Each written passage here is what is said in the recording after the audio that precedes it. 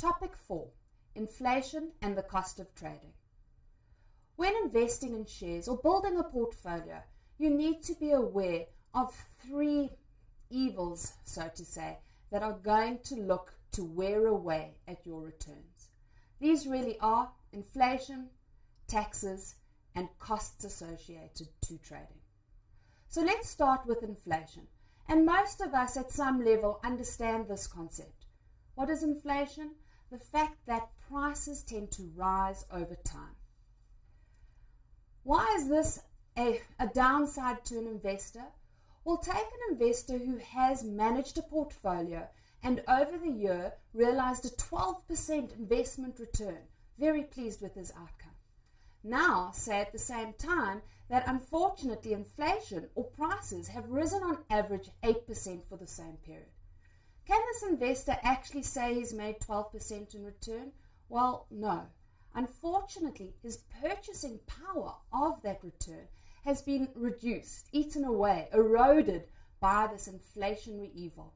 And in fact, only 4% real return has been realized.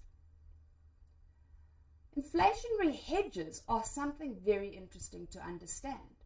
What are they? Really investments into certain asset classes that protect the portfolio when times of inflation are rough. For example, gold has been well documented as keeping up with inflationary prices, so it rises even more so perhaps. So putting in place an inflationary hedge now potentially protects your portfolio against the reduction of your purchasing power on your returns in the future. An example included here, you might notice, is the new gold ETF. Remember, the exchange traded fund. Now, previously, if you wanted to add gold into your portfolio, you may well have had to go buy Kruger Rands, whereas the ETF is now a way for you to include gold into your asset class, but for a much lower outlay. You can buy shares of gold. The next evil, don't forget, we have to consider tax. Yes, any profits or losses that may result from your trading are subject to typically one of 2 types of taxes: income tax or capital gains tax. Now, how we distinguish which one will be affected on your profits and losses really determines on how you've been trading these shares. Have you been trading them for a short-term speculative nature, buying and selling, really within less than 3-year period? Well, this means those profits and losses will be subject to income tax. The longer-term buy and hold strategy, that rather sees capital gains tax. Now, dividends are also taxed within your portfolio, and they are typically subject to what is known as a withholding tax.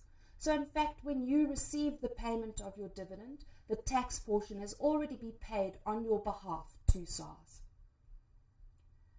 The final and last of the evils to consider is trading costs. Yes, nothing in life is free, and neither is buying and selling shares. So please be aware and take into account the costs incurred from buying and selling these shares and the effect that they will have on your potential investment return. These costs and trading fees include VAT, for example, straight fees, which are the mandatory fees that take place on any buying and selling, and obviously also brokerage or stockbroking fees. All of these need to be considered, weighed up when measuring your portfolio's returns.